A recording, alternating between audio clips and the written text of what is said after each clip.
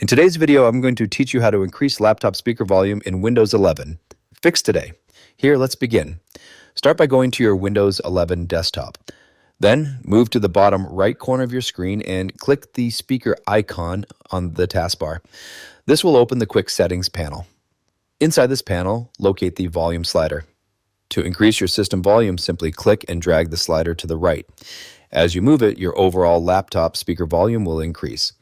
Next, make sure the correct output device is selected. Click the small arrow icon next to the volume slider to open the list of available audio devices. From here, select speakers or your laptop's built-in audio output to ensure sound is coming from the right source. You can also use a keyboard shortcut to open this panel quickly. Press the Windows key, Control and V at the same time, and it will bring up the same quick settings for audio. If you want more control over your volume, scroll down within the quick settings panel and click on Volume Mixer. This will show you individual volume controls for each app currently using audio. Locate the app you want to adjust, such as your browser or media player, then drag its slider to the right to increase its volume independently. This is useful if one app sounds quieter than others.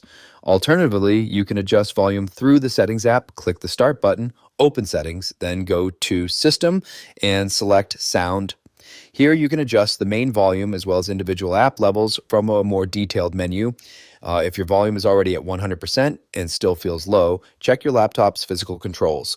Many laptops have function keys such as FN plus a volume key that control hardware level sound. Increasing this can boost your volume beyond what the Windows slider alone allows. That's it for this tutorial. If you have any questions or suggestions, feel free to leave a comment down below. If you'd like to see more videos like this, the subscribe button is free and helps support the channel so I can keep making helpful tutorials for you. I'll see you in the next video.